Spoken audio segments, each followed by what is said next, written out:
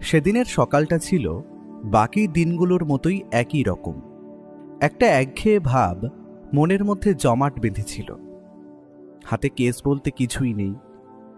ব্যোমকেশ অলসভাবে একটা বইয়ের পাতা উল্টাচ্ছিল। সে জানে এই সময় তার হাতে কোনো কেস নেই, আর এই অবসরটাই বুদ্ধিবৃত্তিক চর্চার এক আদর্শ সময়। সেই কারণেই নানাবিধ সাহিত্য, বিজ্ঞান আর বিদেশি ক্রাইম থ্রিলার পড়ে সে নিজের জ্ঞানের পরিসর বাড়াতে মন দিয়েছে। আমিও আমার একটা উপন্যাস নিয়েই ব্যস্ত। বইটা অবশ্য বইমেলার আগেই প্রকাশিত হবে। কাজটা আমাকে শেষ করতে হবে আগামী 1 সপ্তাহের মধ্যে, তাই বেশ জোর কদমেই লিখে চলেছি। এর মধ্যেই গত পরশুদিন ব্যোমকেশের কাছে একটা কেস এসেছিল বটে, কিন্তু সেটা নেহাতি খাজা খুনের কেস। ঘরে বসেই সে ক্লায়েন্টকে বলে দিয়েছিল খুনি কে এবং কিভাবে তাকে ধরতে হবে। গতকাল খবর পেয়েছি ব্যোমকেশের বলা প্রতিটা কথাই মিলেছে এবং খুনিকেও যথাযথভাবে ধরা গেছে। এই কেসের জন্য সে কোনো ফি নেয়নি। এখন সে বসে বসে ক্রাইম থ্রিলার পড়ছে, আর মাঝে মধ্যে সেই সব বিদেশি কেসের গল্প সংক্ষেপে আমায় শোনাচ্ছে। উপন্যাসের কাজ করতে করতে আমিও সেগুলো বেশ উপভোগ করছি। বলতে গেলে একঘেয়ে হলেও দিনটা ভালোই কাটছিল। মাঝে মাঝে মনে হয় এই নৈশব্দটাই হয়তো জীবনের সবচেয়ে বেশি দরকার। ব্যোমকেশের অপরূপ উপস্থাপনায় ওইসব ক্রাইমের গল্পগুলো শুনতে বেশ ভালো লাগে। যত এই গল্পগুলো শুনি ততই মনে হয় পৃথিবীতে কত রকমের অপরাধী রয়েছে, আর কত বিচিত্র তাদের অপরাধ। আর অপরাধ যে শুধুই সজ্ঞানে করা হয় এমনটা কিন্তু নয়। ধরুন, আমার কাউকে খুন করার কোনো উদ্দেশ্য নেই, অথচ আমার দ্বারা ভুল করে কেউ খুন হয়ে গেল, তবু তখনও আমি কিন্তু অপরাধী। আবার এমন অনেক কেস রয়েছে যেখানে যে খুন করেছে সে নিজেই জানে না যে সে খুন করেছে। ডুয়েল পার্সোনালিটির মতো কেসগুলো সত্যিই অভিনব। ব্যোমকেশও একবার ডুয়েল পার্সোনালিটির পাল্লায় পড়েছিল, যদিও সেটা আমার সঙ্গে পরিচয় হওয়ার আগের ঘটনা। এই ধরনের কেস নিয়ে ভাবলে বুদ্ধির তীক্ষ্ণতা বাড়ে। যত গভীরে যাওয়া যায় ততই মনস্তত্ত্ব আর রহস্যের নানান নতুন দিক উন্মোচিত হয়। আর সেই উন্মোচনের খেলাতেই এখন ব্যোমকেশ মেতে উঠেছে। একটার পর একটা গল্প পড়ছে, আবার আমাকেও শোনাচ্ছে। ওহ বন্ধু, যদি মাঝে মাঝে এরকম একটা কেস হাতে এসে যায় তাহলে গোটা বছরটাই যেন ভালোভাবে কাটে। এইসব ঘটনাগুলোর মধ্যে যেমন লুকিয়ে থাকে রহস্যের এক অতল গভীরতা, তেমনি অনেক কেসে ধরা পড়ে নিষ্ঠুর অপরাধের এক নির্মম প্রতিচ্ছবি। ব্যোমকেশের কথাতেই বলি, সে আমাকে তখন একটা কেসের গল্প শোনাচ্ছিল, বিদেশি কেস, ইংল্যান্ডের। ব্যোমকেশ বলল, বুঝলে ভাইয়া, এই মাত্র একটা অভিনব কেসের গল্প পড়লাম, যেটা সচরাচর দেখা যায় না। এক মা প্রথমে তার পুত্র ও কন্যাকে খুন করে, তারপর নিজের স্বামীকেও হত্যা করে। খুনগুলো এতটাই সুপরিকল্পিত আর নিখুঁত ছিল যে কোনো রকম প্রমাণই পাওয়া যায়নি। কেউ ভাবতেই পারেনি ওই মহিলা এমন কাজ করতে পারেন। ব্যোমকেশ একটু থেমে আবার বলতে শুরু করল, তবে খুন করার কারণটা ছিল ভয়ঙ্কর। ওই মহিলা এক পরপুরুষের সঙ্গে অবৈধ সম্পর্কে জড়িয়ে পড়েছিল। সেই সম্পর্ককে সামাজিকভাবে মান্যতা দিতেই প্রথমে সে নিজের 2 ছোট ছোট সন্তানকে হত্যা করে, যাদের কারো বয়স 6 বছরের বেশি ছিল না। তারপর নিজের স্বামীকেও খুন করে। সবাই ভেবেছিল বাইরের কেউ এই খুনগুলো করেছে, আর পরের শিকার হয়তো ওই মহিলাই হবে। কিন্তু প্রকৃত সত্যটা ছিল একেবারেই আলাদা। আমি অবাক হয়ে বললাম, হ্যাঁ? আচ্ছা ব্যোমকেশ, তাহলে খুনিকে ধরা গেল কি করে? ব্যোমকেশ মজার ছলে বলল, এইটাও একটা মজার ঘটনা, বুঝলে। খুনি যে ওই মহিলা নিজেই, এই কথা একমাত্র জানত সেই পুরুষটি যার সঙ্গে তার অবৈধ সম্পর্ক ছিল। 3টে খুনের পর সে ভয় পেয়ে যায়। তার মনে হয় ভবিষ্যতে যদি তাদের মধ্যে কোনো ঝগড়া হয় তাহলে তাকে ওই মহিলা খুন করতে পারে। সেই ভয় থেকেই সে পুলিশের কাছে এবং আদালতে সব স্বীকার করে, আর সেই স্বীকারোক্তির ভিত্তিতেই ওই মহিলাকে গ্রেপ্তার করা হয়। যদিও পরে অনুশোচনায় জেলের মধ্যেই সে আত্মহত্যা করে। ব্যোমকেশের মুখে এই কেসটা শোনার পর আমার মনে এক অদ্ভুত শিহরণ জাগল। অনেক কেসেই দেখা যায় ছেলে সম্পত্তির লোভে মা বাবাকে খুন করেছে, কিন্তু এই প্রথমবার দেখলাম এক মা নিজের সন্তানদের, এমনকি নিজের স্বামীকেও খুন করছে। সত্যিই এক অদ্ভুত কেস। আমি বললাম, ঠিকই বলেছ ব্যোমকেশ, এমন কেস কিন্তু খুব কমই দেখা যায়। এত নৃশংসতা কল্পনা করতে ভয় লাগে গো ভায়া। এভাবেই আমাদের গল্পের পর্ব বেশ ভালোই জমে উঠেছিল। ঠিক সেই সময় ব্যোমকেশের টেলিফোনটা বেজে উঠল। ব্যোমকেশের টেলিফোন বলছি এই জন্য, কারণ যে লাইনটা বেজে উঠেছে সেটা ওর ঘরের নাম্বার। আমাদের বাড়িতে দুটো টেলিফোন, একটা বসার ঘরে রাখা থাকে আর অন্যটা ব্যোমকেশের নিজের, যেটা থাকে ওর শোয়ার ঘরে। এবার বেজে উঠল সেই শোয়ার ঘরের টেলিফোনটাই। আর এই টেলিফোনের নাম্বার যার তার কাছে থাকে না, ব্যোমকেশের চেনা পরিচিত মানুষ বা তার কেসের বা কাজের সংক্রান্ত জায়গায় এই নাম্বার দেওয়া আছে। ফোনটা ধরার আগেই ব্যোমকেশ বলল, বুঝলে অজিত, এ ফোন নিশ্চয়ই কোনো পরিচিতের, তার থেকেও বড় কথা নিশ্চয়ই কোনো ঘনিষ্ঠের। না হলে আমার ওই লাইনের নম্বর তার কাছে থাকতো না। দেখা যাক কার আমার কথা মনে পড়লো আর কেনই বা মনে পড়লো। এমনিতে তো আমার দরকার লাগে না। দেখো কোথাও চুরি ডাকাতি বা খুনের ঘটনা ঘটলো কিনা। কারো পৌষ মাস আর কারো সর্বনাশ। ব্যোমকেশের কথা শুনে আমার হাসি পেল বটে, কারণ তার পেশাটাই যে অপরাধ এবং অপরাধীদের জগৎ নিয়ে, তাই নিজের পেশা নিয়ে মজা করতে ও কিন্তু কার্পণ্য করে না। তবে সে কিন্তু নিজের কাজে বেশ অটুট, তাই জন্যেই তো সত্য অনুসন্ধান করার জন্য এই সত্যান্বেষীর ডাক পড়ে। আর এই কয়েক বছরে ওর পেপারে বহুবার নাম বের হওয়ার জন্য পরিচিতিও ছড়িয়ে পড়েছে। যাই হোক, ওই টেলিফোনটার কথায় আসি। আমি ওই টেলিফোনটাকে প্রথমে আমলই দিইনি। ভেবেছিলাম ব্যোমকেশের কোনো বন্ধু হয়তো ফোন করেছে। মিনিট 5 টেলিফোনে কথা বলে ব্যোমকেশ ফিরে এলো বসার ঘরে। আমি তখনও আমার লেখার কাজেই ডুবে, কিন্তু ওকে দেখে বুঝতে দেরি হলো না ব্যাপারটা মোটেই সাধারণ নয়। মুখ গম্ভীর, ভ্রু কুঁচকে যেন কাঞ্চনজঙ্ঘা হয়ে উঠেছে। নিশ্চয়ই কিছু জটিল ঘটেছে, আর ওর এই অবস্থা আমার ভালো মতোই জানা। নিশ্চিত কিছু একটা ঘটেছে। আমি আর সময় নষ্ট না করে তৎক্ষণাৎ জিজ্ঞেস করলাম, কি হে ভায়া, কি হয়েছে? কে ফোন করেছিল? আবার কারো সর্বনাশ ঘটল নাকি? নতুন কোনো রহস্য উন্মোচন করা ডাক এলো নাকি? আরে বলো বলো, আমি যে তোমার কথা শোনার জন্য ব্যাকুল হয়ে অপেক্ষা করছি। আমার কথাটা শুনে ভেবেছিলাম ওর মুখে একটু হাসি দেখা যাবে, কিন্তু ও দেখলাম সেই আগের মতোই গম্ভীর ভঙ্গিতে কিছুক্ষণ চুপ করে রইল, যেন নিজের ভেতরেই নিজেকে গুছিয়ে নিচ্ছে। এই হলো সেই ঝড় আসার আগের নিস্তব্ধতার মুহূর্ত। ও আমায় বলল যে একটা নাকি খুন হয়েছে, আর যিনি খুন হয়েছেন তিনি নাকি সাধারণ কেউ নন, কলকাতার আধুনিক প্রজন্মের একজন নামকরা চিকিৎসক আদিনাথ রায়। আর ফোন করেছিলেন নাকি দাসবাবু। ঘটনাস্থলে আমাদের যেতে বলেছেন। পুলিশ নাকি আগেই পৌঁছে গেছে। ওরা ওদের মতো তদন্ত আগেই শুরু করে দিয়েছে। আমরা যদি যাই তবে সেখানে অনেক কিছু খুনটার ব্যাপারে জানতে পারবো।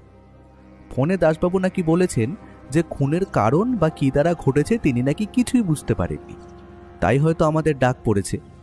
যাই হোক, এবার আমাদের তাড়াতাড়ি প্রস্তুত হওয়ার পালা, কারণ আমাদের বেরোতে হবে। আমি ব্যোমকেশকে জিজ্ঞেস করলাম, খুন কখন হয়েছে? আর কি কিছু নতুন তথ্য পেলে? এই ধরো ঘন্টাখানেক আগে, তবে পুলিশের ডাক্তার যতক্ষণ না সঠিক সময় বলছে সেটাই ধরে এগোতে হবে। বেশি দেরি হয়নি, আমি পায়জামাটা গলিয়ে আসি। তুমি যা পরে আছো সেটা পরেই বেরিয়ে এসো। পাগল না পেট খারাপ গো? এই ঘরে জামা কাপড় পরে যাওয়া যায় নাকি? তুমি দাঁড়াও, আমি পাঞ্জাবি আর পায়জামাটা গলিয়ে নিই। তাহলে কখন বেরোবে ভাবছো? সত্যি ভাইয়া, এমন করছো যেন তোমার জন্য পাত্রী দেখতে যাচ্ছি। এক্ষুনি তৈরি হয়ে নাও, এখনই বেরোবো। রাস্তায় গিয়ে একটা ট্যাক্সি ধরে নেবো, বুঝলে? দাসবাবু অবশ্য বলেছিলেন যে গাড়ি পাঠাবেন, কিন্তু গাড়ি পাঠানোর এক সময় যেতে এক সময়, তাতে দেরি হবে বলে আমি বারণ করে দিয়েছি। এই কথা বলে ব্যোমকেশ নিজের ঘরে চলে গেল তৈরি হতে। আমিও তখনকার জন্য উপন্যাসের কাজে মুলতবি রেখে নিজের ঘরে গেলাম। একটা সাদা পাঞ্জাবি আর পায়জামা গলিয়ে বেরিয়ে দেখি ব্যোমকেশও তৈরি। আমরা দুজন বাড়ি থেকে বেরিয়ে একটু হেঁটে বড় রাস্তায় পৌঁছে একটা ট্যাক্সি নিলাম। আমাদের যেতে হবে শ্যামবাজার। ঠিকানাটা ব্যোমকেশ নোট করে রেখেছে। ট্যাক্সি ড্রাইভার জানালো সে ভেতরের গলিতে নাকি ঢুকতে পারবে না, তাই আমাদের শ্যামবাজারের মোড়েই নামিয়ে দেবে। আমরা তাতেই রাজি হলাম। ঘটনাস্থলে পৌঁছতে আমাদের সময় লাগলো প্রায় 8 ঘন্টা। যেদিন তাড়াতাড়ি থাকে সেই দিন রাস্তায় জ্যাম থাকে সব থেকে বেশি। বড় রাস্তায় একটু ভিড় ছিল। শ্যামবাজার মোড়ে নেমে ডাক্তার আদিনাথ রায়ের বাড়ি খুঁজে পেতে আমাদের বিশেষ বেগ পেতে হলো না। একজন পথচারীকে জিজ্ঞেস করতেই সে হাত দেখিয়ে ঠিকানাটা বুঝিয়ে দিল। সেখানে পৌঁছে দেখি বাড়িটা দোতলা, বেশ পুরনো, কম করে 100 বছর তো হবেই। বুঝতে অসুবিধে হয় না ডাক্তার আদিনাথ এক সম্ভ্রান্ত পুরনো পরিবারের সন্তান। আর বাড়ি দোতলা হলেও বাড়ির বাইরে বেশ খানিকটা জমিও আছে, এবং সেই জমিতে বিভিন্ন রকমের ফুলের গাছ লক্ষ্য করলাম। বাড়ির গেটের পাশ দিয়ে বেড়ে উঠেছে একটা আম গাছ। আম গাছটার পাতা এবং বিস্তার থেকে বুঝলাম বেশ ভালোই পুরনো এটা। আমরা এগিয়ে গেলাম সদর দরজার দিকে। বাইরে অনেকগুলো পুলিশ ভ্যান দাঁড়িয়ে আছে এমনিতেই, আর কয়েকজন সশস্ত্র পুলিশ পাহারা দিচ্ছে বাড়িটায়। আমাদের দেখা মাত্রই এক পুলিশ কনস্টেবল দারোয়ানকে দরজা খুলে দিতে বলল। আমি আর ব্যোমকেশ ভেতরে প্রবেশ করলাম। ঢুকতেই আরেকজন পুলিশ কনস্টেবল এগিয়ে এলো। নাম রামসুন্দর ত্রিবেদী। ওকে আমরা আগে থেকেই চিনি। সে আমাদের নিয়ে গেল দোতলায়। উপরে উঠে দেখি একটা লম্বা করিডোরের মাঝখানে দাঁড়িয়ে রয়েছেন দাসবাবু। তিনি আর একজন পুলিশ অফিসারের সঙ্গে কথা বলছিলেন। আমাদের দেখতে পেয়ে নিজেই এগিয়ে এসে নমস্কার জানালেন। তারপর বললেন, ব্যোমকেশবাবু, বড় অদ্ভুত বিতিকিচ্ছিরি ব্যাপার মশাই। খুন হয়েছে এটা বুঝতে পারছি, খুনি কে সেটাও প্রায় বুঝে গেছি, কিন্তু খুনি বলছে সে কিছুই জানে না। আমরা সত্যি কথা বলতে পুরো কেসটা সলভ করেই ফেলেছি, কিন্তু এই বিষয়টায় আটকে গেছি। আপনিও আসুন না, সবটা দেখুন। আমার বিশ্বাস আপনি এই কেসটার ব্যাপারে কিছুটা হলেও আলোকপাত করতে পারবেন। তা আপনাদের কাজ মোটামুটি শেষ আশা করি। এবার আমি একটু আমার মতো তদন্ত করে দেখতে চাই, তাতে আপনাদের আপত্তি নেই তো? আচ্ছা ঠিক আছে, তাহলে আগে আমাকে যেতে দিন, গিয়ে পুরো ব্যাপারটা নিজে দেখে নি কেমন। আমরা এখনও বডি সরাইনি, যেমন পড়েছিল তেমনই আছে। দেখুন, আপনি যদি নতুন কিছু তথ্য আবিষ্কার করতে পারেন, আর আপনাকে সব রকমই সাহায্য করবে আমাদের পুলিশের লোক। আপনি খালি ব্যাপারটা দেখুন। আমি আর ব্যোমকেশ দাসবাবুর পেছনে পেছনে দোতলার 3 নম্বর ঘরে গেলাম। ঘরে ঢুকেই চোখে পড়ল দৃশ্যটা। ঘরের ঠিক মাঝামাঝি খাটের পাশে পড়ে রয়েছে একটা নিথর দেহ, ডাক্তার আদিনাথ রায়ের লাশ। মেঝের অনেকটা অংশ রক্তে ভিজে, চাপ চাপ রক্ত শুকিয়ে জমাট বেঁধেছে। ব্যোমকেশ খুব সন্তর্পণে সাদা রুমালটা হাতে জড়িয়ে মৃতদেহের দিকে এগিয়ে গেল। আমি কিছুটা দূরে দাঁড়িয়ে সব লক্ষ্য করছিলাম। ভদ্রলোকের বয়স ওই 55 কি 60-এর মধ্যেই হবে। মাথায় কোঁকড়া চুল, চোখে মোটা ফ্রেমের চশমা, সেটা অবশ্যই এখন পাশে পড়ে আছে। লোকটির পরনে আদ্যিকালের একটা ঘিয়ে রঙের পাঞ্জাবি আর সাদা পায়জামা। ব্যোমকেশ মাথার কাছে ঝুঁকে বলল, বোঝা যাচ্ছে কোনো ব্লান্ট ইনস্ট্রুমেন্ট বা ভোঁতা বস্তু দিয়ে মাথার পেছনে প্রচণ্ড আঘাত করা হয়েছে, সেখান থেকে মৃত্যু।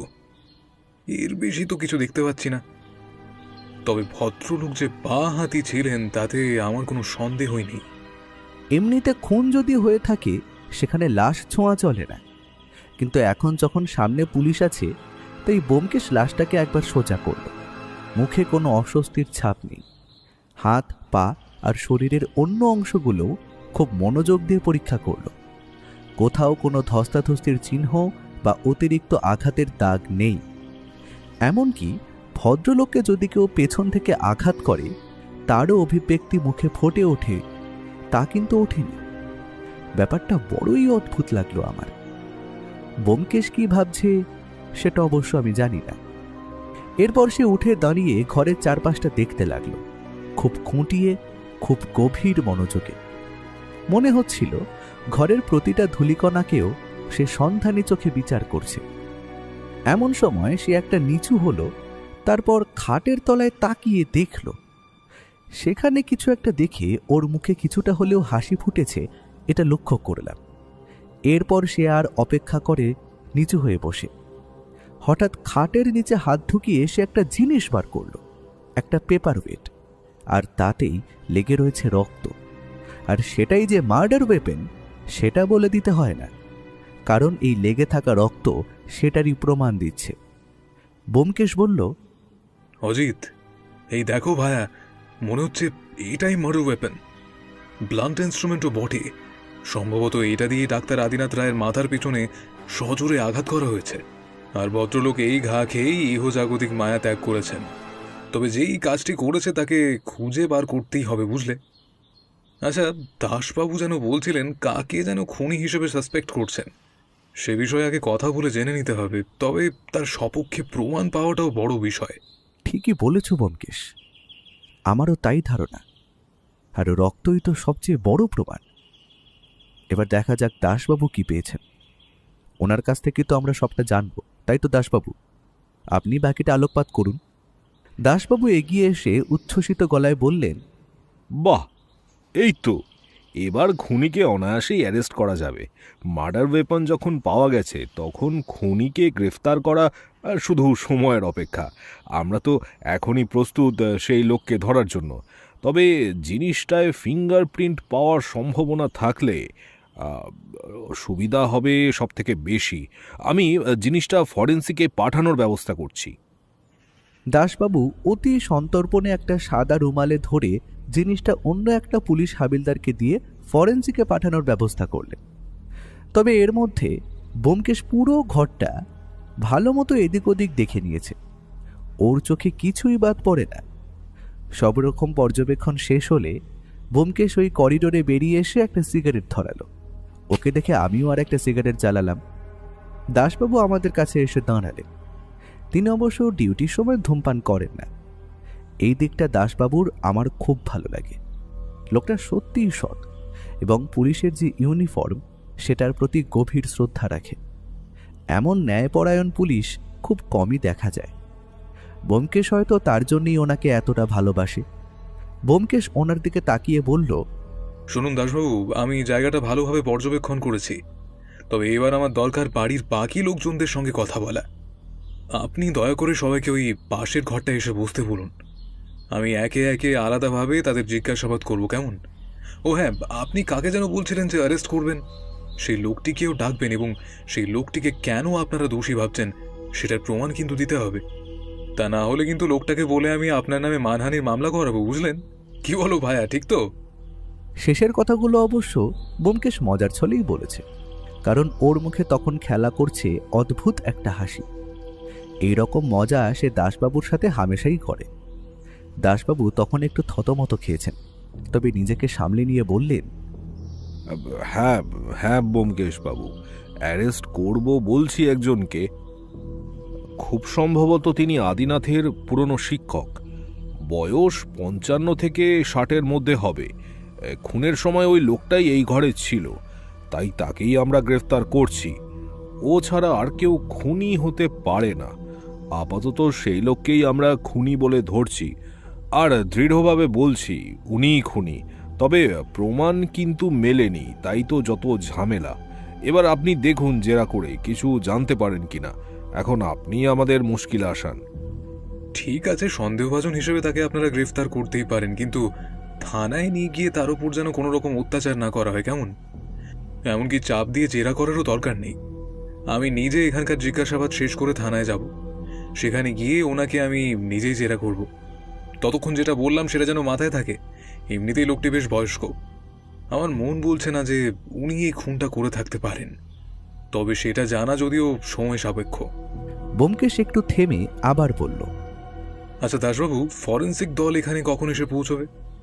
দাসবাবু মাথা একটু ঝুলিয়ে বললেন, এতক্ষণে তো এসে যাওয়ার কথা। হয়তো রাস্তায় ট্রাফিক জ্যামের জন্য দেরি হচ্ছে, না হলে একটু বাদেই এসে পড়বে। ওরা এসে আগে লাশের ছবি তুলবে, নমুনা সংগ্রহ করবে, আর ওই মার্ডার ওয়েপনটা ল্যাবরেটরিতে নিয়ে গিয়ে পরীক্ষা করবে। যদিও মার্ডার ওয়েপন আমি আপনার বলার সাথে সাথেই ল্যাবে পাঠিয়ে দিয়েছি পরীক্ষা করার জন্য। ব্যোমকেশ বলল, ঠিক আছে, সেসব নয় হবে। আচ্ছা, পুলিশের ডাক্তার কোথায়? আপনারা যে ডাক্তার রেখেছেন অবনীচন্দ্র হালদার, তিনি কোথায়? দাশবাবু বললেন, আপনারা বেরোনোর পরই উনি ঘরে ঢুকেছেন, ওই দেখুন। আমি আর ব্যোমকেশ একসঙ্গেই ঘরের ভেতর তাকালাম। হ্যাঁ, ডাক্তারবাবু ভেতরেই রয়েছেন। উনি মৃতদেহের শারীরিক পরীক্ষা করছেন। ডাক্তার ভদ্রলোক একটু সন্দেহভাজক, আর শরীরের গঠন ছোটখাটো। দেখলে বোঝা যাবে ডাক্তারবাবুর উচ্চতা 5 ফুটের বেশি হবে না, কিন্তু চোখের পুরো একটা চশমার ফ্রেম থাকা সত্ত্বেও একটা ম্যাগনিফাইং গ্লাস দিয়ে লাশ দেখে চলেছেন দেখে আমার একটু হাসি পেল বটে। যতটা হোক নিজেকে সামলে নিলাম। ব্যোমকেশ দাশবাবুকে বলল, দাসবাবু, ওনার কাজ হয়ে গেলে একবার এখানে আসতে বলুন। ওনার সঙ্গে আমার একটু কথা আছে। আমি যা জানতে চাই সেই বিষয়ে সঠিক তথ্য ওনার থেকে আমি পেলেও পেতে পারি। আর কিছু খটকা আছে, আশা করি উনি সেটা দূর করে দেবেন। দাশবাবু ব্যোমকেশের কথায় সম্মতিসূচক মাথা নাড়লেন এবং ঘরের ভেতরে চলে গেলেন। আমি আর ব্যোমকেশ বারান্দায় দাঁড়িয়েই অপেক্ষা করছিলাম। প্রায় মিনিট 10 পর ডাক্তার অবনী হালদার আর ইন্সপেক্টর দাশবাবু আমাদের কাছে এলেন। ব্যোমকেশ ডাক্তারবাবুকে দেখেই আগে নমস্কার জানালো, তারপরে বলল, আচ্ছা ডাক্তারবাবু, আপনি তো ভালো মতো মৃতদেহ দেখলেন, তবে আমায় বলুন আদিনাথবাবুর মৃত্যুর সময়টা কি মনে হচ্ছে? ডাক্তারবাবু ঘড়ির দিকে তাকিয়ে বললেন, এখন বাজে 10:30। মৃত্যু হয়েছে সকাল 8টা নাগাদ। আরও নির্দিষ্ট সময় পোস্টমর্টেমের পর জানা যাবে ব্যোমকেশবাবু। আমার তো এটা সাধারণ ব্যাপার মনে হলো। আপনি এতে অসাধারণ কি দেখছেন বুঝতে পারলাম না। তবে আপনারা গোয়েন্দা মানুষ, আমাদের থেকে একটু বেশি দেখেন অবশ্যই। ও না না, ভুল করলাম, তাই তো? গোয়েন্দা না, সত্যান্বেষী, তাই তো? ঠিক আছে ডাক্তারবাবু, বুঝতে পেরেছি, কিন্তু মৃত্যুর কারণ কি মাথার পিছনেরই ওই আঘাত? হ্যাঁ ব্যোমকেশবাবু, মাথার পিছনেই ব্লান্ট ইনস্ট্রুমেন্টের আঘাতে মৃত্যু হয়েছে। অন্তত প্রাথমিক তদন্তে আমার সেটাই ধারণা। এই বলে ব্যোমকেশ দাশবাবুর দিকে ফিরে তাকালো। দাসবাবু, আপনি এখান থেকে মৃতদেহ সরানোর ব্যবস্থা করুন। এতক্ষণে আশা করি ফরেন্সিক দলের কাজও মিটেছে। আমি এখন বাড়ির সবাইকে জেরা করতে চাই, তবে তার আগে আমাকে বলুন, এই বাড়িতে ডাক্তার আদিনাথ রায় ছাড়া আর কে কে থাকেন? দাশবাবু একটু ভেবে নিয়ে বললেন, বুঝলেন ব্যোমকেশবাবু, বাড়িটা মৃত ভদ্রলোকের বাবার বানানো বাড়ি। কিন্তু এখনকার দিনে যা হয়েছে আর কি, পুরনো বনেদি বাড়িগুলো প্রায় ফাঁকাই থাকে। এই বাড়িতে লোক বলতে ডাক্তার আদিনাথ নিজে, তার বৃদ্ধা মা, বাড়ির একজন কাজের লোক, আর আদিনাথের এক দূরসম্পর্কের ভাই, এই কজনই এখানে থাকেন। এত বড় বাড়িতে লোকজন মাত্র এই কজন। ব্যোমকেশ কিছুক্ষণ চিন্তা করে বলল, ঠিক আছে দাসবাবু, বাড়ির ওই 3 জনকেই আমি একে একে জেরা করব। আমি ওই পাশের ঘরটায় বসছি। আপনি লাশ মর্গে পাঠানোর ব্যবস্থা করার পর ওই 3 জনকে একে একে আমার ঘরে পাঠাবেন। আমি ওদের সঙ্গে কথা বলবো। দাশবাবু এবারও সম্মতিসূচক মাথা নাড়লেন। তারপর পাশের ঘরটায় গিয়ে আগে ফাঁকা করালেন। আমাদের জন্য সেখানে একটা টেবিল আর 2টো চেয়ারের ব্যবস্থা করা হলো। আমি আর ব্যোমকেশ সেই ঘরে গিয়ে বসলাম। সত্যি বলতে কি, বিষয়টা আমার কাছে তখন বেশ সাধারণই মনে হচ্ছিল। পুলিশ যে ব্যক্তিকে সন্দেহ করেছে, আমারও ধারণা ছিল খুনি সেই, কারণ খুনের সময় আর কেউ ঘরে উপস্থিত ছিল না। কিন্তু পুলিশ বলছে ওই ব্যক্তি স্বীকার করতে নারাজ যে উনিই খুন করেছেন। ব্যাপারটা একটু অদ্ভুত বটে, তবে বেশিরভাগ খুনি তো শুরুতে বলে সে খুন করেনি। এ হয়তো তেমনই কিছু। কিন্তু ব্যোমকেশকে দেখে বুঝলাম সে বিষয়টাকে মোটেই হালকাভাবে নিচ্ছে না। ও সব নিয়মরীতি মেনে শুরু থেকে শেষ পর্যন্ত পুরো তদন্তটাই করতে চায়। যাই হোক, এবার জেরার পর্ব শুরু হলো। প্রথমে ডাকা হলো ডাক্তার আদিনাথ রায়ের বৃদ্ধা মাকে। বয়স প্রায় 70-এর কাছাকাছি। নিজের পুত্রকে হারানোর শোক এই বয়সে যে কতটা বেদনাদায়ক তা সত্যিই অকল্পনীয়। পুলিশে 2 জন কনস্টেবল তাকে ধরে এনে আমাদের সামনে বসালো। তিনি আঁচল দিয়ে চোখের জল মুছে নিলেন। ব্যোমকেশ খুব মৃদু অথচ দৃঢ় স্বরে বলল, মা, আপনার যে অপূরণীয় ক্ষতি হয়েছে তা আমরা কোনোভাবেই পূরণ করতে পারবো না। এই সময়ে আপনাকে বিরক্ত করাটা হয়তো ঠিক নয়, কিন্তু আপনার পুত্রের প্রকৃত খুনি কে তাকে খুঁজে বার করতে আপনার সঙ্গে কয়েকটা কথা বলা খুব দরকার। তবে কথা দিচ্ছি, আপনার বেশি সময় নেব না, বা আপনাকে বিব্রত করার মতো কোনো প্রশ্ন করব না। কিছুক্ষণ পর ওই বৃদ্ধা চোখ তুলে তাকালেন, নিজেকে সামান্য গুছিয়ে নিয়ে ধীরে ধীরে খুব ভীরুস্বরে বললেন, ঠিক আছে বাবা, বলো কি জানতে চাও? আমার মন মানসিক অবস্থা এখন ভালো না। ছেলেটা আমার চলে গেল এই বয়সে, যে বয়সে আমার যাবার কথা। কিন্তু ঈশ্বরের কি খেলা দেখো বাবা, কোন কাপুরুষের নজর পড়েছিল কে জানে।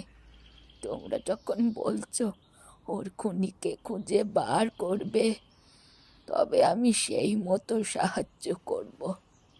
এমনিতেই আমার বয়স হয়েছে, অত কিছু মনে থাকে না।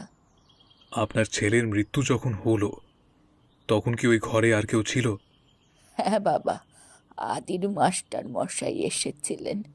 আদিকে খুব ভালোবাসতেন উনি।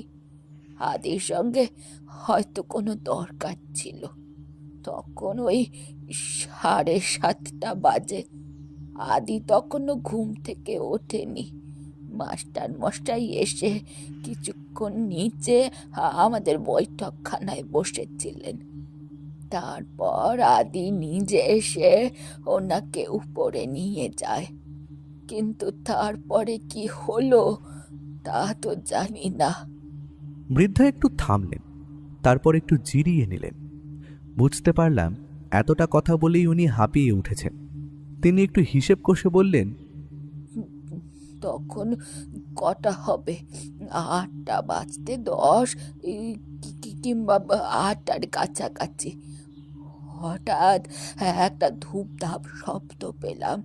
আমি চমকে উঠেছিলাম, কিন্তু আমার তো পায়ের সমস্যা, উপরে উঠতে পারি না। তাই বাড়ির কাজের মেয়ে সোনালীকে বললাম একবার উপরে গিয়ে দেখে আসতে যে কি হয়েছে। তিনি আবার থেমে গেলেন। চোখ বেয়ে জল নামতে শুরু করলো। বুঝলাম ভদ্রমহিলার সেই কথা চিন্তা করতেই মন ভারাক্রান্ত হয়ে উঠছে।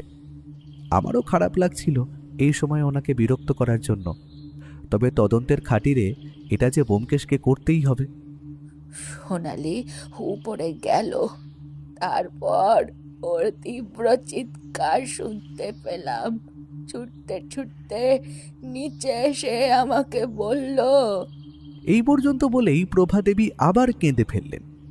ব্যোমকেশ সঙ্গে সঙ্গে বলল, মা, শান্ত হন, একটু শান্ত হন, নিজেকে একটু সামলান। আমরা বুঝতে পারছি এই আঘাতটা খুবই স্বাভাবিক, কিন্তু দয়া করে নিজেকে একটু শক্ত রাখার চেষ্টা করুন। তাকে সামলে নেওয়ার জন্য কিছুক্ষণ সময় দিল ব্যোমকেশ।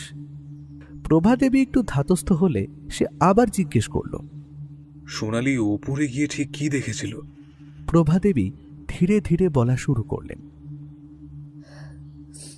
আদির মাস্টার মশাই নারায়ণ স্যার দাঁড়িয়েছিলেন, আর আদি উপর হয়ে পড়েছিল ওর ওই স্টাডি টেবিলটার পাশে। মাস্টার মশাই যেন কেমন একটা ঘোরের মধ্যে ছিলেন। ওনার মুখটা কেমন কাঠ হয়ে গিয়েছিল। সোনালির তখনই মনে হয় মাস্টার মশাই কোনো কারণে রেগে গিয়ে ওর দাদাবাবু মানে আদিকে মেরে ফেলেছে। ঘরের ভেতর রক্তে ভেসে যাচ্ছিল সব। ব্যোমকেশ এবার একটু ভেবে নিয়ে বলল, ঠিক আছে মা, বুঝতে পেরেছি। আচ্ছা, আমাকে এবার বলুন তো, আদিনাথবাবুর যে দূর সম্পর্কের ভাই, তার সঙ্গে ওনার সম্পর্ক কেমন ছিল? মানে ভদ্রলোক তো শুনলাম এই বাড়িতেই থাকতেন। আপনার কি মনে হয় উনি কোনোভাবেই খুন করে থাকতে পারেন? প্রভাদেবী ধীরে ধীরে চোখ মুছে ব্যোমকেশের দিকে তাকালেন, তারপর বললেন, কে? মনোজের সঙ্গে? হ্যাঁ, মনোজ, মানে আদিনাথবাবুর দূর সম্পর্কের ভাই। প্রভাদেবী ভাঙা ভাঙা গলায় বললেন, মনোজ আমার ভাইয়ের ছেলে। বাপ মা মরা ছেলেটাকে আমি এই বাড়িতে এনে রেখেছিলাম। আদির থেকে বছর 10-এর ছোট। আদি ওকে খুব একটা পছন্দ করতো না। কিন্তু ও যে খুন করতে পারে সেটা আমার বিশ্বাস হয় না বাবা। আমি মনে করি তোমরা ওকে সন্দেহ করলে ভুল করবে। কথাটা শোনা মাত্রই ব্যোমকেশের ভ্রু এবার কুঁচকে গেল। সে তৎক্ষণাৎ প্রভাদেবীকে জিজ্ঞেস করল, তা আদিনাথবাবু মনোজকে পছন্দ করতেন না কেন? আপনি কি সেই ব্যাপারে কিছু আলোকপাত করতে পারবেন প্রভাদেবী? প্রভাদেবী ধীরে ধীরে বললেন, আসলে মনোজ একেবারে বকে গিয়েছিল। এই বয়সেই জুয়া খেলতো, রেসের মাঠে যেত, আর আদির কাছ থেকে প্রায় জোর জুলুম করে টাকা চাইতো। অনেকবার এমন হয়েছে ও টাকা চেয়েছে কিন্তু আদি দেয়নি। ব্যোমকেশ এবার যেন কিছু একটা গভীরভাবে ভাবল। তারপরে বলল, আচ্ছা, এমন কি হতে পারে যে ওই সময় মনোজ ঘরে টাকা চাইতে ঢুকেছিল, আর আদিনাথবাবু টাকা দিতে অস্বীকার করায় রাগের বশে আদিনাথকে মেরে ফেলেছে? এই কথায় প্রভাদেবী যেন আঁতকে উঠলেন। তৎক্ষণাৎ বললেন, না না না, মনোজ আর যাই করুক সে খুনই নয়, সে খুন করতে পারে না। ও তো ভীতু ছেলে, ও কি করে খুন করবে? ব্যোমকেশ শান্ত স্বরেই বলল, ঠিক আছে মা, আপনি অযথা উত্তেজিত হবেন না। আমি শুধু সম্ভাবনাটা জানতে চাইলাম। যাই হোক, আপনাকে আর বিরক্ত করছি না, আপনি এবার যেতে পারেন। সাবধানে থাকবেন, কেমন? জানি কঠিন সময়, কিন্তু আপনাকে তো নিজেকে ঠিক রাখতে হবে, তাই না? আমার তো আর নিজের কেউ রইল না বাবা, আর কার জন্যেই বা বাঁচবো? এবার এবার ঈশ্বর যেন আমায় তাড়াতাড়ি তুলে নেন। আপ এমন কথা বলবেন না মা। আপনার ছেলের আসল খুনি কে আর কেনই বা সে ওকে মারল, তা আপনাকে জানতে হবেই। পুলিশ তো নারায়ণ মাস্টারকে নিয়ে গেল, তাহলে আর কি বাকি রইল? আমি জানি মা, আপনি এখনো মন থেকে মেনে নিতে পারছেন না যে নারায়ণ মাস্টার তার প্রাণপ্রিয় ছাত্রকে এভাবে হত্যা করেছেন, তাই না? মানতে তো ইচ্ছে হয় না বাবা, কিন্তু উনি ছাড়া যে আর কেউ ঘরে ছিলেন না।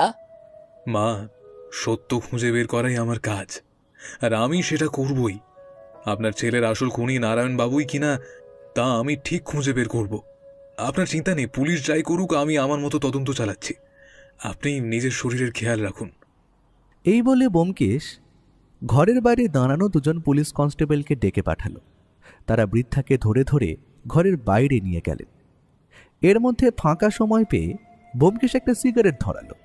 সেটাই একটা সুখটান দিয়ে ঘরটা ঘুরে ঘুরে দেখতে লাগলো সে। কিছুক্ষণ পর দেখলাম চুপচাপ ও জানালার পাশে গিয়ে দাঁড়ালো। এরপর ঘরে ঢাকা হলো বাড়ির কাজের লোক সোনালীকে। বয়স খুব বেশি হলে 25, দেখতে বেশ মিষ্টি। কিন্তু সেই মিষ্টি মুখে তখন যেন নেমে এসেছে কোনো দুঃস্বপ্নের কালো ছায়া। সে ধীরে ধীরে আমাদের সামনে রাখা চেয়ারটা এসে বসল। সোনালীর মুখেও শোকের ছাপ স্পষ্ট। ব্যোমকেশ ওর দিকে তাকিয়ে বলল, আচ্ছা সোনালি, নিচ থেকে যখন ওই আওয়াজটা পেলেন তখন তো তোমাদের বাড়িতে কর্ত্রী মানে ডাক্তার আদিনাথ বাবুর মা প্রভাদেবী তোমাকে ওপরে গিয়ে দেখতে বলেছিলেন। বলো তো, নিজের কাজ ছেড়ে ওপরে আসতে তোমার কতক্ষণ সময় লেগেছিল? ব্যোমকেশের প্রথম প্রশ্নেই সোনালী যেন একটু ঘাবড়ে গেল। সে কিছুক্ষণ ভেবে নিয়ে বলল, আগে দাদাবাবু, আমি তখন বাসন মাজছিলাম। মাইজির ডাক শুনে দুটো বাসন জলে ধুয়ে আমি রান্না করে রেখে ওপরে ছুটে আসি। বড়জোর ওই 2-3 মিনিট লেগেছিল। ব্যোমকেশ গম্ভীর গলায় বলল, আচ্ছা ঠিক আছে, এবার আমাকে বলো, ঘরে ঢুকে তুমি ঠিক কি দেখেছিলে? ভেবেচিন্তে উত্তর দেবে কিন্তু। সোনালী ব্যোমকেশের জেরায় স্পষ্টই ভয় পেয়ে গিয়েছিল। সে ধীরে ধীরে বলল, আগে দাদাবাবু, আমি ছুটতে ছুটতে কর্তা দাদাবাবুর ঘরে এসে দেখি কর্তার মাস্টারমশাই দাঁড়িয়ে কাঁপছেন, আর বাবু উল্টো হয়ে ওই স্টাডি টেবিলটার পাশে পড়ে রয়েছেন। ওনার মাথা থেকে রক্ত বেরিয়ে মেঝে একেবারে ভেসে যাচ্ছিল। আমি খুব ভয় পেয়ে গিয়েছিলাম। ব্যোমকেশ এবার আরও দৃঢ় স্বরে বলল, ওই নারায়ণ স্যারের হাতে কি তুমি কিছু দেখেছিলে? সোনালী কিছুটা ভেবে বলল, না দাদাবাবু, ওনার হাতে তো কিছু ছিল না, উনি এমনি দাঁড়িয়ে কাঁপছিলেন। আমি কিছু জিজ্ঞেস না করেই আগে ভয় নিচে পালিয়ে আসি। আচ্ছা, নিচে এসে তুমি প্রথম কাকে ডাকলে? আগে দাদাবাবু, আমি নিচে এসে প্রথমে মাইজিকে সবটা বলি, তারপর মনোজ দাদাকে ডাকি। মাইজি তো উপরে উঠতে পারেননি, মনোজদাই আমার সঙ্গে ছুটে এলেন। সোনালি একটু থেমে আবার বলল, উনি উপরে এসে নারায়ণ মাস্টারকে দেখি খুব রেগে যান। তখনই প্রায় ওকে মারতে যাচ্ছিলেন। উনি ভেবেছিলেন হয়তো মাস্টারই দাদাবাবুকে খুন করেছেন। তখন মনোজ কি নারায়ণ মাস্টারকে কিছু বলেছিল? বলেছিল দাদাবাবু, খুব বলেছিল, বারবার জিজ্ঞেস করছিল আপনি কেন মারলেন আমার দাদাকে, আপনি কেন মারলেন। কিন্তু নারায়ণ মাস্টার পুরো চুপ, ওনার হাত পা কাঁপছিল কিন্তু কিছুই বলছিল না। সোনালি বলে মেয়েটি এতক্ষণ কথা বলে হাঁপিয়ে গিয়েছিল। সে একটু দম নিয়ে আবার বলল, মাস্টারমশাই অনেকক্ষণ পরে একবার দুবার শুধু বললেন আমি খুন করিনি, আমি খুন করিনি। তখন মনোজ দাদাবাবুর রাগ একেবারে সপ্তমে উঠেছে। আমি ওনাকে সামলালাম, বললাম পুলিশে খবর দিতে। ততক্ষণে চিৎকার চেঁচামেচিতে পাশের বাড়ির লোকজন ছুটে আসে সব। তারা বলল এই নারায়ণবাবুকে এক্ষুনি পুলিশের হাতে দিতে হবে। ওরাই তখন নারায়ণবাবুকে পাহারা দিচ্ছিল। আমি আর মনোজবাবু নিচে নেমে যাই। মনোজ দাদাবাবু প্রথমে মাইজিকে সবটা খুলে বলেন, তারপর পুলিশে ফোন করেন। এতক্ষণ ব্যোমকেশ খুব মন দিয়ে ব্যাপারটা শুনছিল। তবে খানিকক্ষণ পরে সে গম্ভীর স্বরে বলল, ঠিক আছে সোনালি, বুঝতে পেরেছি তোমার কথা। এবার তুমি যেতে পারো, আর তোমার মনোজ দাদাকে একটু ভেতরে পাঠিয়ে দিও, কেমন? সোনালি আর কোনো কথা না বলে ভয়ে ভয়ে উঠে ঘরের বাইরে চলে গেল। সোনালি বেরিয়ে যাওয়ার মিনিট দুয়েকের মধ্যেই ঘরে প্রবেশ করল মনোজ। আপাত দৃষ্টিতে ওকে বেশ ভদ্রলোক বলেই মনে হলো। সে ঘরে এসে আমাদের সামনে দাঁড়ালো। প্রভাদেবী যে এই ভদ্রলোক সম্পর্কে জুয়া খেলার ব্যাপারে বললেন, এই গোবেচারা শরীর দেখলে তা কিন্তু বিশ্বাসই হয় না। কিন্তু ব্যোমকেশ বলে সবাইকেই সন্দেহের তালিকায় রাখা উচিত, কারণ এটাই রহস্য উদ্ঘাটনের আসল পদ্ধতি। ব্যোমকেশ বলল, এসো মনোজ, এই চেয়ারটায় বসো। তোমার সম্পর্কে হালকা কথা আমরা শুনেছি, তবে নিজে একটু পরখ করে নিতে চাইছি। তাই কিছু ছোটখাটো প্রশ্ন করব তোমাকে। আশা করি তার সঠিক উত্তর তুমি দেবে। আমাদের দেখে একবার নতজানু হয়ে মনোজ আমাদের সামনে রাখা চেয়ারটায় বসল। তারপর ব্যোমকেশ নিজের জেরা শুরু করল। তবে ও যে কাকে সন্দেহ করছে সেটা বুঝতে দিল না। আচ্ছা মনোজ, বলো তো, তোমার দাদার মৃত্যুর আগে বা মৃত্যুর সময় কি কোনো আওয়াজ তুমি শুনতে পেয়েছিলে? আর তুমি তোমার দাদাকে কেমন মানুষ মনে করতে? মনোজ সঙ্গে সঙ্গেই উত্তর দিল, হ্যাঁ ব্যোমকেশবাবু, নিচের ঘরে বসে বসেই উপরতলা থেকে একটা জোরালো আওয়াজ পেয়েছিলাম। আর আমার দাদা খুব ভালো মানুষ ছিলেন। যখন তুমি ওই পড়ে যাওয়ার আওয়াজ পেয়েছিলে, তাহলে সঙ্গে সঙ্গে তুমি ওপরে ছুটে যাওনি কেন? এটার কারণ ঠিক কি সেটা জানতে খুব ইচ্ছে করছে। একদম মোক্ষম জায়গায় ঘা দিয়েছে ব্যোমকেশ, সেটা তো বলে দিতে হয় না। এই প্রশ্নে মনোজ যেন একটু অস্বস্তিতে পড়ল। ধীরে ধীরে বলল, আসলে ওই আওয়াজটাকে আমি খুব একটা আমল দিইনি, তাই উঠে দেখারও প্রয়োজন বোধ করিনি। কিন্তু পরে যখন সোনালির চিৎকার চেঁচামেচি শুনি, তখন আমি ঘর থেকে বেরিয়ে আসি। বেরোতেই সোনালি এসে আমাকে জানায় নারায়ণ মাস্টার দাদাকে মেরে ফেলেছে। তখনই আমি সোনালির সঙ্গে উপরে ছুটে যাই। মনোজ একটু থেমে আবার বলল, ঘরে ঢুকে দেখি নারায়ণ মাস্টার একটা চেয়ারে বসে আছে।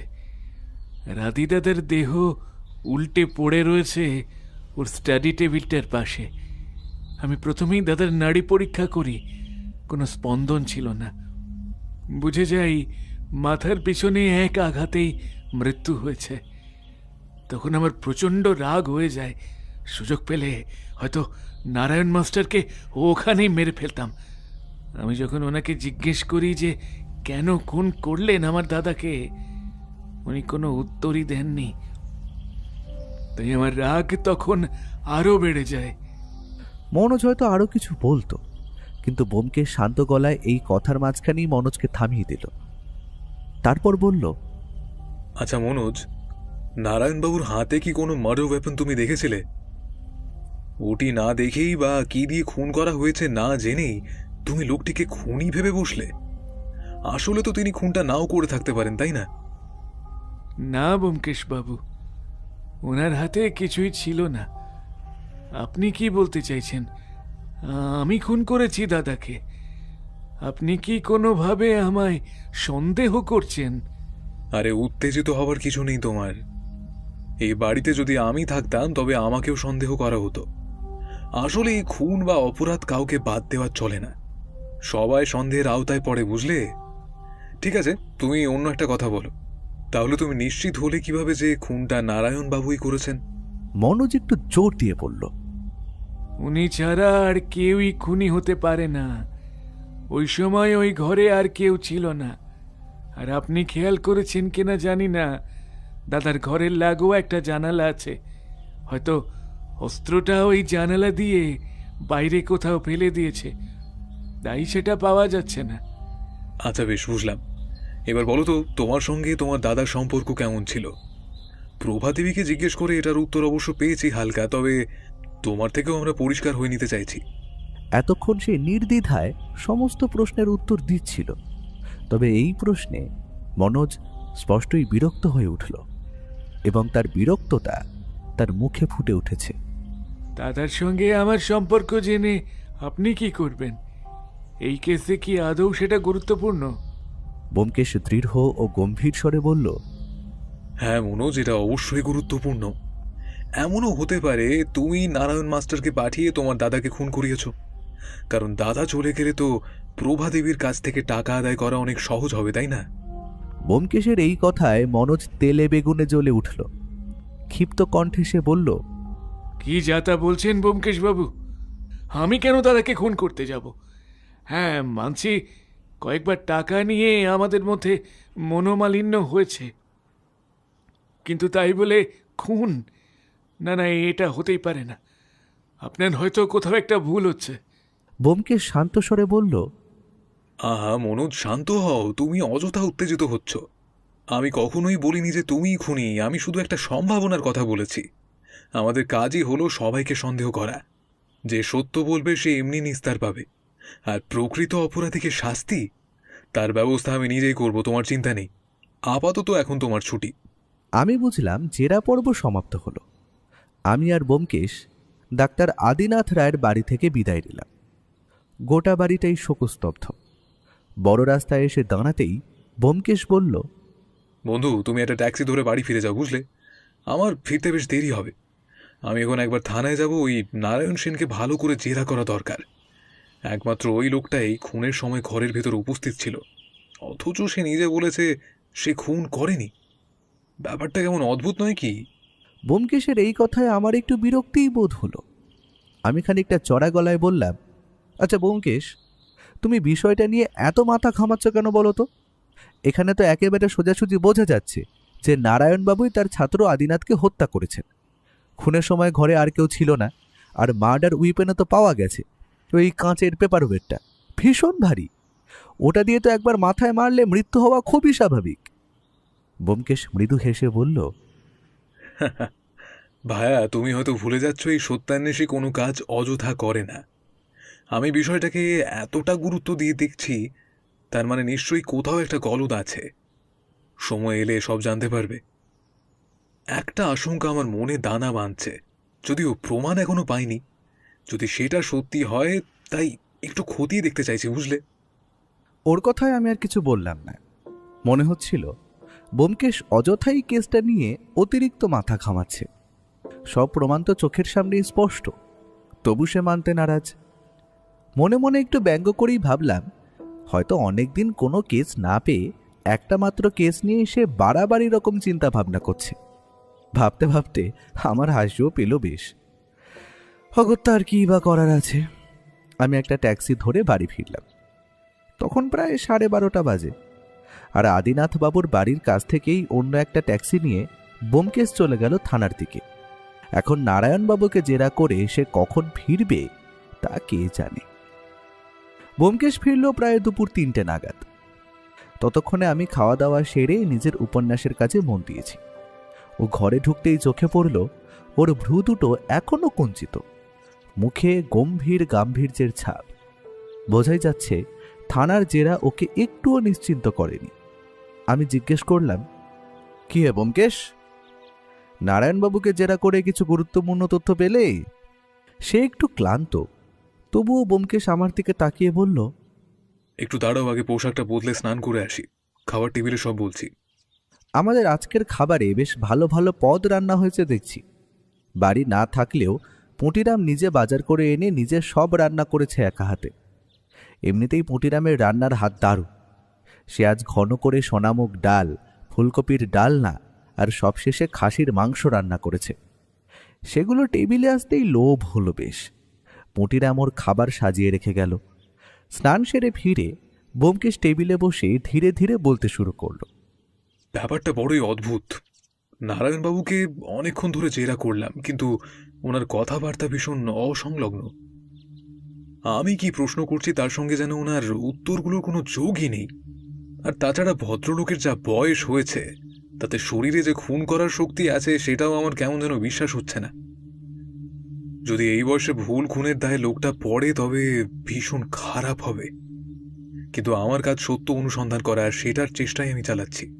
আমি অবাক হয়ে বললাম, মানে? একটু থেমেও বলল, ওনার মুখে আমি বারবার মাত্র 3টে কথা শুনেছি জানো। 1, আমি খুন করিনি। 2, আদিনাথ মরে যাচ্ছিল। আর 3 হলো আমি বাঁচাতে পারলাম না। এই 3টে বাক্য ছাড়া আর কিছুই নয়। আমি যতই প্রশ্ন করি উনি আবার ওই কথাগুলোতেই ফিরে যাচ্ছেন। যদি উনি খুন না করে থাকেন তবে হয়তো এই হঠাৎ আকস্মিক মৃত্যুর ঘটনা দেখে তিনি হয়তো গভীরভাবে শক পেয়েছেন। আর এটা বললে ভুল হবে না, ভদ্রলোকের বয়স কিন্তু বেশি, সুতরাং এটাও কারণ হতে পারে। যদি ধরো আগে থেকেই ঘরে প্রবেশ করে কেউ আদিনাথ বাবুকে মেরে খুন করে যায় এবং মাস্টার মশাই সেটা দেখেই শক পেয়ে ওই রকম আচরণ শুরু করে, হতেই পারে। তাই আমি ব্যাপারটা গুরুত্ব দিচ্ছি বেশি।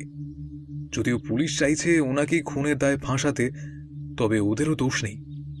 দোষী যদি হাতের কাছেই থাকে তাহলে আর মাথাকে খাটাতে চাইবে বলো? কিন্তু আমার কাজ সত্য অনুসন্ধান করা, আর আমি সেটা করেই শান্তি পাবো। আমি এসব শুনে কিছুক্ষণ চুপ করে বসে রইলাম। ব্যোমকেশ আবার বলল, এই কথাগুলোর মানে কি? উনি কি নিজেকে বাঁচানোর জন্য এসব বলছেন, নাকি এর আড়ালে অন্য কোনো সত্য লুকিয়ে আছে? অনেক চেষ্টা করেও এর বাইরে আর কিছুই বার করতে পারলাম না ওনার থেকে। ব্যোমকেশের কথা শেষ হতেই আমি ব্যাপারটা নিয়ে একটু ভাবতে চেষ্টা করলাম, কিন্তু বেশি দূর অগ্রসর হতে পারলাম না। এই খুন টুন বা রহস্য আমার মাথায় অন্তত ঢুকবে না।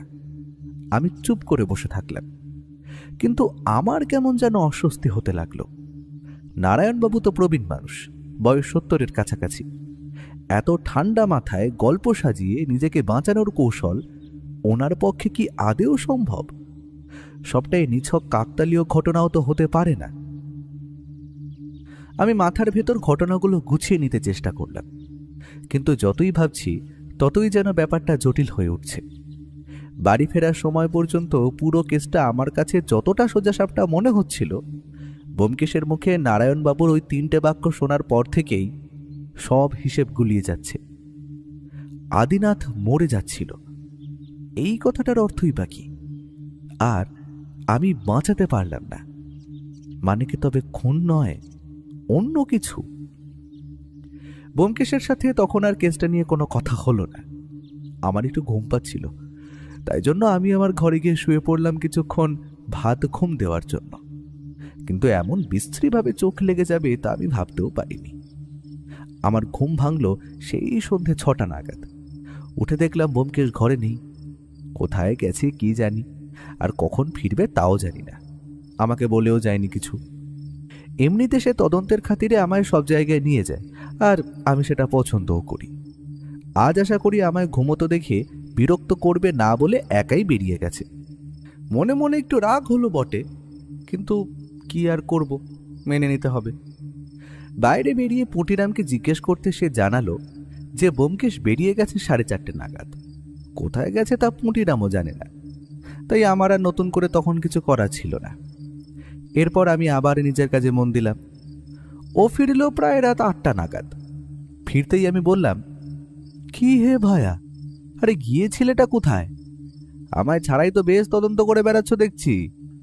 ব্যোমকেশ আমার দিকে তাকিয়ে মৃদু হাসল, তারপর বলল, বুঝলে, কেসটাতে একটা নতুন আলো পেয়েছি। তবে আমি এখনই সব বিষয়ে নিশ্চিত নই, তাই কিছু বলছি না। সময় আসুক সবটা বলবো তোমায়, কেমন? এখন অব্দি শুধু এটুকু জেনে রাখো যে মার্ডার ওয়েপন, মানে ওই পেপার ওয়েট যেটায় রক্ত লেগেছিল, সেটায় নারায়ণবাবুর হাতের কোনো ছাপ পাওয়া যায়নি। আমি তৎক্ষণাৎ ব্যাপারটা শোনা মাত্রই চমকে উঠলাম। এই তথ্যটা একদম নতুন। এটা কি করে হতে পারে? আমি ব্যোমকেশকে জিজ্ঞেস করলাম, বলো কি হে, ওই পেপার ওয়েটে নারায়ণবাবুর হাতের ছাপ পাওয়া যায়নি? তাহলে মৃত্যুর কারণ কি?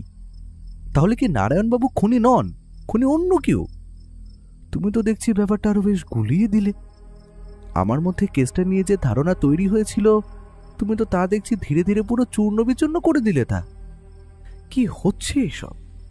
আর এদিকে ব্যোমকেশ আর কিছু আমায় বলছে না। সে কোথায় গিয়েছিল তারও স্পষ্ট উত্তর সে দেয়নি, খালি বলছে কালকেই হবে এই রহস্যের উদ্ঘাটন। আমি সত্যিই অবাক, ও কি বলছে এসব। আমি ওকে বিভিন্ন সময়ে বারে বারে কথার মাঝখানে খোঁচাতে লাগলাম এই কেসটা নিয়ে আরও কিছু বলার জন্য, কিন্তু ওর মুখ থেকে নতুন করে আর একটাও কথা বেরোলো না। সে রাতের দিকে শুতে যাওয়ার আগে শুধু একটাই কথা বলল, বুঝলে, আমার পর্যবেক্ষণেও মাঝে মাঝে এমন সূক্ষ্ম ভুল থেকে যায় যার জন্য হয়তো পুরো কেসের দিশাটাই ঘুরে যেতে পারে। না, আমায় আগামীবার থেকে আরো বেশি সচেতন থাকতে হবে। ব্যোমকেশের কথার কোনো মাথা মুন্ডু আমি খুঁজে পাচ্ছিলাম না। অগত্যা আমি আবারও নিজের কাজেই বসলাম। এই কেস নিয়ে যতই ভাববো ততই আমার নিজের মধ্যে সব গুলিয়ে যাবে, তাই আর অযথা সময় নষ্ট না করে উপন্যাসটা শেষ করতে লাগলাম। পরের দিন সকালে ঘুম থেকে উঠে দেখলাম বসার ঘরে ব্যোমকেশ নেই।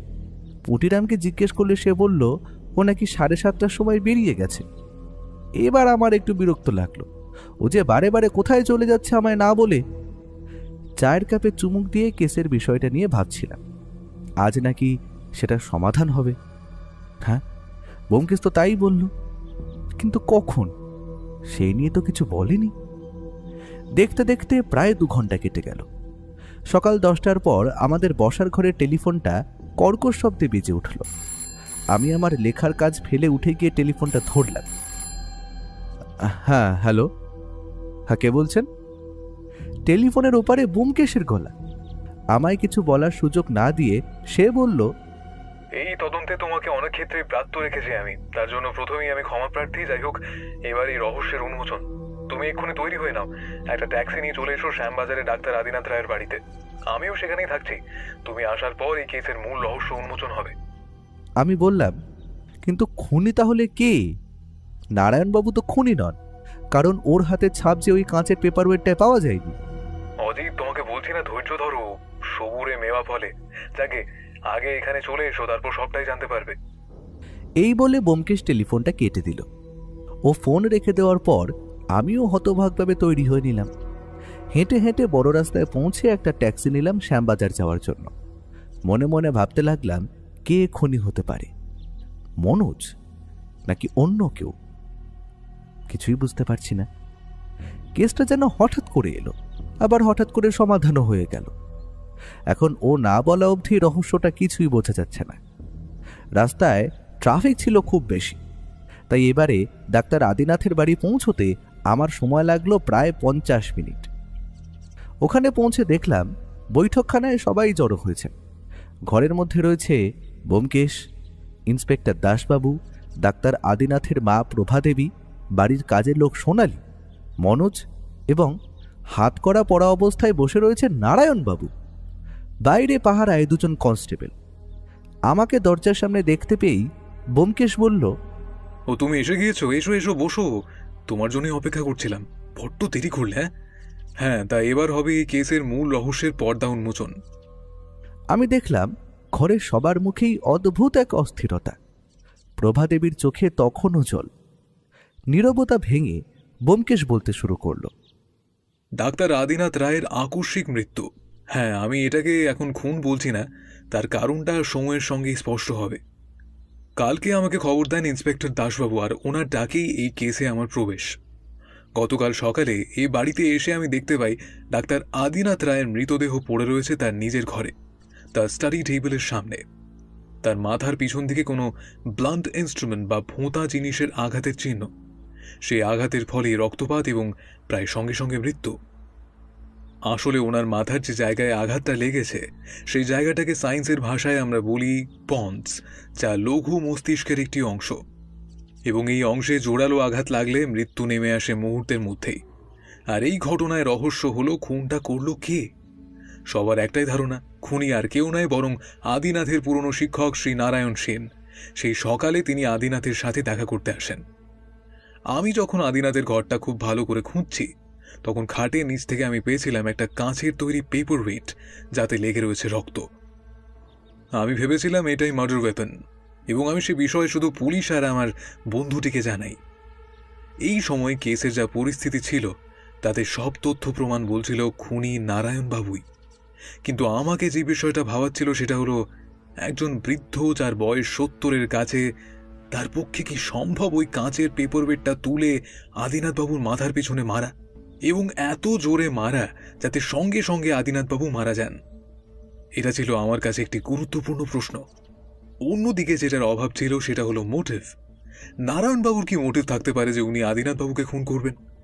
অথচ আদিনাথ ছিল একসময় ওনার অন্যতম প্রিয় ছাত্র। এই দুটো ব্যাপার আমাকে খুব ভাবাচ্ছিল।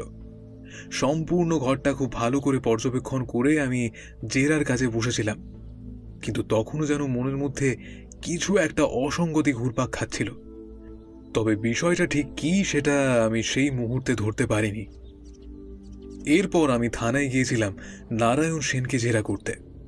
ওনাকে জেরা করে আমি বিশেষ কোনো তথ্য পাইনি, কিন্তু যেটা পেয়েছিলাম সেটাও অত্যন্ত দরকারি।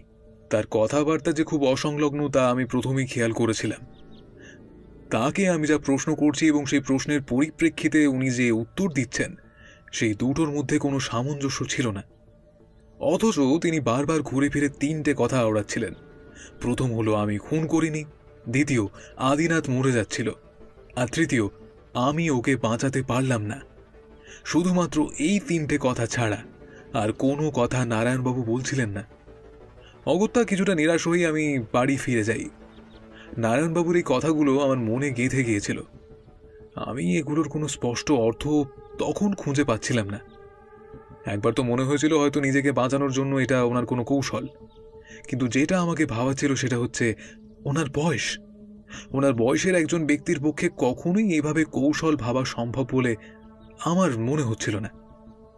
আমি ইন্সপেক্টর দাসবাবুর কাছ থেকে জানতে পেরেছিলাম যে নারায়ণবাবু বিপত্নিক। ওনার বাড়িতে উনি একাই থাকেন, তাই ওনার বাড়িতে খোঁজ নেওয়া বলতে আমার কাছে একটাই রাস্তা খোলা ছিল, ওনার প্রতিবেশীদের সঙ্গে ওনার বিষয়ে কিছু আলোচনা করা। আর সেই জন্যই ওনার এক প্রতিবেশীর ঠিকানা জোগাড় করে আমি গতকাল বিকেলের দিকে সেখানে গিয়েছিলাম। ওই প্রতিবেশীর সঙ্গে নারায়ণবাবুর সম্পর্কে কথা বলতে গিয়ে আমি জানতে পারি যে নারায়ণবাবু অত্যন্ত অমায়িক এবং ভদ্র একজন মানুষ। শিক্ষক হিসেবেও একটা সময় ওনার খুব নামডাক ছিল। এমনকি নারায়ণবাবুর ছাত্র আদিনাথকেও ওই প্রতিবেশীরা চিনতেন। ওদের সঙ্গে কথা বলতে বলতে একটা অত্যন্ত গুরুত্বপূর্ণ বিষয় আমার সামনে উঠে আসে, যা এই কেসের লিডিং ক্লু হিসেবে আমি মনে করি। সেই বিষয়টি বুঝতে হলে আমাদের ফিরে যেতে হবে প্রায় 30 বছর পেছনে। অনিন্দ্য চ্যাটার্জি নারায়ণ সেনের একজন অত্যন্ত প্রিয় ছাত্র। সে নানা কারণে ধীরে ধীরে অবসাদের শিকার হয় এবং শেষ পর্যন্ত আত্মহত্যার পথ বেছে নেয়। এখানে যে বিষয়টি বিশেষভাবে গুরুত্বপূর্ণ তা হল, যেদিন অনিন্দ্য চ্যাটার্জি আত্মহত্যা করে সেদিন সন্ধেবেলায় নারায়ণ স্যারের কাছে তার পড়া ছিল। পড়া শেষ করে বাড়ি ফেরার আগে সে গোপনে স্যারের টেবিলের ওপর একটা সুইসাইড নোট রেখে যায়, আর সেই রাতেই সে আত্মহত্যা করে। নারায়ণ স্যার এই সুইসাইড নোট দেখতে পান রাত প্রায় 10টা নাগাদ। নোটটি দেখা মাত্রই তিনি দ্রুত অনিন্দ্য চ্যাটার্জির বাড়ির উদ্দেশ্যে রওনা হন, কিন্তু যতক্ষণে তিনি সেখানে পৌঁছান ততক্ষণে সব শেষ। অনিন্দ্য একটি চেয়ারে উঠে গলায় দড়ি দিয়ে আত্মহত্যা করেছিল। নারায়ণ মাস্টার মশাই তার প্রিয় ছাত্রের এইভাবে মৃত্যু মেনে নিতে পারেননি। তোমার বলা ঘটনার সাথে এই ঘটনার মিল কোথায় সেটাই তো বুঝতে পারছি না। সেই কথাতেই আসছি। সেই মানসিক আঘাত থেকে বেরিয়ে আসতে নারায়ণ স্যারের বেশ অনেকটাই সময় লেগে গিয়েছিল। এবার আসি এই কেসের সাথে ওই ঘটনার সম্পর্কের কথায়। তার আগে বলি, আমি একটা অসঙ্গতির কথা বলেছিলাম। সেই অসঙ্গতিটা মাথায় এসেছিল আমার গতকাল রাত্রে, আর তার মধ্যেই আমি খবর পাই যে ওই কাঁচের পেপার ওয়েটে নারায়ণবাবুর হাতের কোনো ছাপ মেলেনি। এই সময় আমার মনে পড়ল যে ডাক্তার আদিনাথের ঘরের ঘড়িটা ছিল বিকল। খুব সম্ভবত গত পরশুদিন সকাল বা সন্ধ্যে 7:10 ঘড়িটা বন্ধ হয়ে গিয়েছে। ওই ঘড়িটা ঠিক স্টাডি টেবিলের ওপরেই অবস্থিত। তখনই আমি বুঝতে পারি মূল ব্যাপারটা কি। তাও ঘড়ির অবস্থান, স্টাডি টেবিল এবং চেয়ারের অবস্থান আরও একবার স্পষ্ট করতে আমি অনেকটা সকালে দাসবাবুকে নিয়ে এই বাড়িতে আসি। আর একটু বিস্তারিত বলি এবার। এখানে কেউই খুন করেননি, অন্তত যে ঘটনাটা ঘটেছে সেটা খুন নয়। বিষয়টা হলো, নারায়ণ স্যার আদিনাথের ঘরে আসার পরে হয়তো স্যারের সাথে কথা বলতে বলতেই আদিনাথ খেয়াল করেন যে তার ঘরের ঘড়িটা বিকল হয়েছে। তাই হয়তো চেয়ারটা টেনে স্টাডি টেবিলের ওপর অবস্থিত ওই ঘড়িটা উনি হাত দিয়ে পেড়ে আনতে চাইছিলেন। এবার যে ঘটনাটা আমি বলবো সেটা আমার ভাবনা, আসলে কি হয়েছে তা আমরা জানি না। যখন আদিনাথবাবু চেয়ারে উঠে ওই ঘড়িটার দিকে হাত বাড়ান, ঠিক সেই মুহূর্তে নিজের অবচেতন মনে নারায়ণবাবুর মনে পড়ে যায় অনিন্দ্য চ্যাটার্জির সেই ঘটনা। আদিনাথকে চেয়ারে উঠতে দেখে উনি ভাবেন আদিনাথ হয়তো আত্মহত্যা করতে যাচ্ছেন। সেই জন্য আদিনাথকে আটকাতে তিনি ওকে টেনে ধরেন। আর সেই সময়ে দৈহিক ভারসাম্য বজায় রাখতে না পেরে আদিনাথ চেয়ার থেকে পড়ে যান এবং টেবিলের ওপর রাখা কাঁচের ওই পেপার ওয়েটটি তার মাথায় লাগে। সেই আঘাতে তার মাথার পেছনের এই অংশ ফেটে রক্ত বেরোতে থাকে। সেই আঘাতের ফলে তার মৃত্যু হয় এবং দেহ ওইভাবে পড়ে থাকে। আর ঠিক এই কারণেই ওই কাঁচের পেপার ওয়েটটার ওপর নারায়ণবাবুর হাতের কোনো রকম ছাপ পাওয়া যায়নি। অর্থাৎ বিষয়টা অনিচ্ছাকৃত হত্যা, খুন নয়। নারায়ণবাবুর অবচেতন মন তার মধ্যে অনিন্দ্য চ্যাটার্জির ওই ভাবনা জাগিয়ে তুলেছিল, আর তারই ফলস্বরূপ এই দুর্ঘটনা। সত্যি বলতে গেলে এক্ষেত্রে ওই নারায়ণবাবু লোকটিকে আমি ব্যক্তিগতভাবে দোষারোপ করতে পারি না, কিন্তু আইনের চোখে তিনি দোষী, শাস্তি তার হবেই। আসলে আমাদের সাথে বা আমাদের জীবনে অনেক সময় এমন ঘটনা ঘটে যেগুলো আমাদের মনের উপর গভীর ক্ষত সৃষ্টি করে, আর সেই ক্ষতগুলো হয়তো গোটা জীবনেও নিরাময় হয় না। অনিন্দ্য চ্যাটার্জির আত্মহত্যা নারায়ণবাবুর জীবনেও ছিল সেই রকমই এক অপূরণীয় ক্ষতি। তার অবচেতন মনে বারবার অনিন্দ্য আত্মহত্যার সেই দৃশ্যটা যেন ভেসে উঠত, আর প্রতিবার তিনি শিউরে উঠতেন। আর ঠিক এই কারণেই থানায় ওনাকে জেরা করার সময় উনি ওই 3টে কথা বলেছিলেন, যে তিনি খুন করেননি, তিনি আদিনাথকে বাঁচাতে চেয়েছিলেন কিন্তু বাঁচাতে পারেননি। অর্থাৎ আদিনাথ তার মতে আত্মহত্যা করতে যাচ্ছিল, আর তিনি আদিনাথকে বাঁচাতে চেষ্টা করেও বিফল হয়েছেন। আচ্ছা, এবার বুঝেছি, এ তো জলের মতো পরিষ্কার। ব্যোমকেশের এই ঘটনার ব্যাখ্যা শুনে আমরা সবাই অবাক। সত্যি, এ যে কোনো অপরাধ নয়, বরং দুর্ঘটনা মাত্র। এমন এক দুর্ঘটনা যা কেড়ে নিয়েছে একটা প্রাণ। মানব মন এমনই বিচিত্র এক জিনিস, আমি এটা আজ টের পেলাম। নারায়ণবাবু হয়তো এখনো ভাবতেই পারছেন না যে তার কারণেই তার একসময়ের অন্যতম প্রিয় ছাত্রের প্রাণ অকালে অকারণে চলে গিয়েছে। এবার আমাদের বিদায় নেওয়ার পালা। আদিনাথের বাড়ি থেকে বেরোবার আগে ব্যোমকেশ দাসবাবুকে কিছুটা দূরে ডেকে নিয়ে গেল।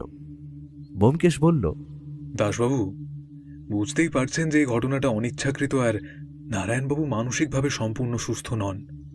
তাই আপনাকে আমার অনুরোধ, যদি এমনভাবে কেসটা সাজান যাতে নারায়ণবাবুর সাজা যতটা সম্ভব কম হয়, এবং ওনার সাজা শেষ হওয়ার পর যেন ওনাকে ভালো কোনো মানসিক রোগ বিশেষজ্ঞের কাছে চিকিৎসা গ্রহণের ব্যবস্থা করে দেওয়া হয়।